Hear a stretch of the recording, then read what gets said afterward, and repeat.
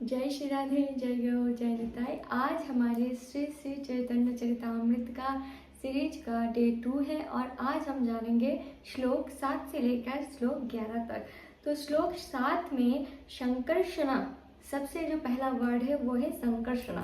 तो संकर्षण कौन है, किसको बोला गया है, आइए जानते हैं। संकर्षण का मतलब है एक माँ के गर्भ से केयरफुली बच्चा को दूसरे एक माँ के गर्भ में ट्रांसफर करना। ठीक है, तो आप सोचिए कि ऐसा कौन है जिनको एक माँ के गर्भ से दूसरे माँ के गर्भ में ट्रांसफर किया गया था। ऐसा हमारे बलराम जी है जिनको देवकी के गर्भ से योग माया के द्वारा ट्रांसफर किया गया था, है ना। तो यहाँ पर बलराम जी का जो उल्लेख किया गया है। अब आप सोचेंगे कि श्लोक 7 से लेकर 11 तक तो नित्यानंद तत्व है, तो यहाँ बलराम जी कैसे आ गए। हाँ, यही तो बात है कि बलराम जी और नित्यानंद में कोई भेद नहीं है। श्लोक 7 में कहा गया है संकर्षण। संकर्षण के अंश है कौन, पुरुष अवतार श्री महाविष्णु, द्वितीय पुरुष अवतार गर्भदशाई श्री विष्णु, तृतीय पुरुष अवतार क्षीरोदशाई श्री विष्णु एवं श्री अनंत देव।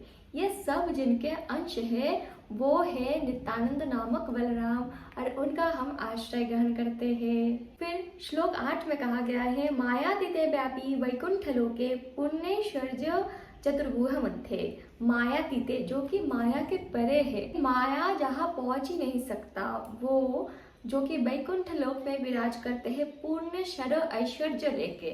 जो हमारे षड ऐश्वर्य होते हैं वो सब उनमें विराजित है। और श्री चतुर्भुह मध्य, चतुर्भुह कौन है, यहाँ वासुदेव, संकर्षण, प्रद्युम्न और अनिरुद्ध, इनको चतुर्भुह, चतुर यानी 4 कहा गया है और उनमें से संकर्षण है हमारे बलराम जी, तो हम उनका आश्रय ग्रहण करते हैं। श्लोक 9 में माया भर्ता कहा गया है उनको, यानी जो माया के अधीश्वर है, जो माया को कंट्रोल करते हैं, माया के जो प्रभु है वो और वही माया के जो अधीश्वर है वो कारण समुद्र में शयन किए हैं। श्लोक 11 में नित्यानंद नामक बलराम को क्या कहा गया है, शौर्य भर्ता, यानी जो अपने मस्तक पर पृथ्वी को धारण किया है। देखिए, हम सब जानते हैं कि सबसे करुणामय, सबसे कृपालु कौन है, जगन्नाथ। उनसे भी कृपालु कौन है, बलराम जी। तो यहाँ जैसे जगन्नाथ में और श्री चैतन्य में कोई भेद नहीं है, ठीक वैसे ही बलराम में और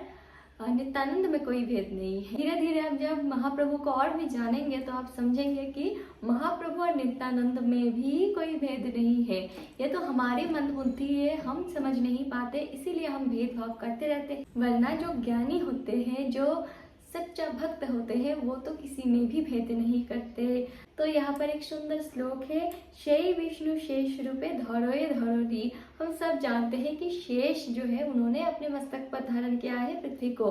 तो क्योंकि शेष में, लक्ष्मण जी में, बलराम में कोई भेद नहीं है और उन्हीं का अंश है नित्यानंद, ठीक है, या फिर नित्यानंद का ही अंश है वो लोग। तो यही से हम समझ सकते हैं कि उनमें और नित्यानंद में कोई भेद नहीं है। और तो और श्लोक 10 में ये भी कहा गया है कि जिनके नाभि पद्म से ब्रह्म का जन्म है और उस पद्म के नाली में चतुर्दश भुवन अवस्थित है, वो कौन है, वो विष्णु है। यहाँ तक कि वो विष्णु भी नित्यानंद के ही अंश है। ये सब समझ सकते हैं कि किसी में कोई भेद है ही नहीं।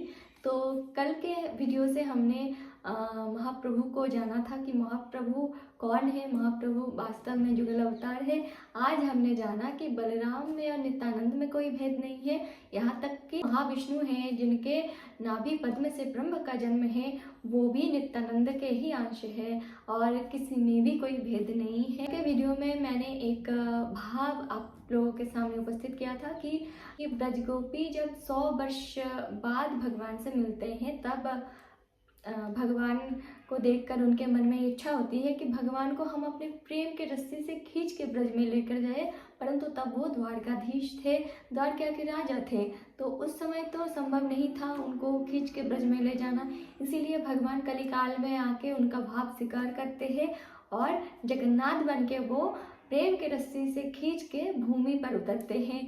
तो ऐसा भाव मैंने क्यों कहा था, क्योंकि जो भाव राधा रानी का भगवान के प्रति था वही भाव चैतन्य महाप्रभु का जगन्नाथ के प्रति है। तो अब समझ सकते हैं कि धीरे धीरे हम ये कंक्लूशन में जा रहे हैं कि सब एक ही है। भेदभाव तो हम करते रहते हैं। तो आशा करती हूँ मेरी इस सीरीज से आप थोड़े बहुत महाप्रभु को, नित्यानंद को जान पा रहे हैं। अगले वीडियो में हम जानेंगे अद्वैत तत्व।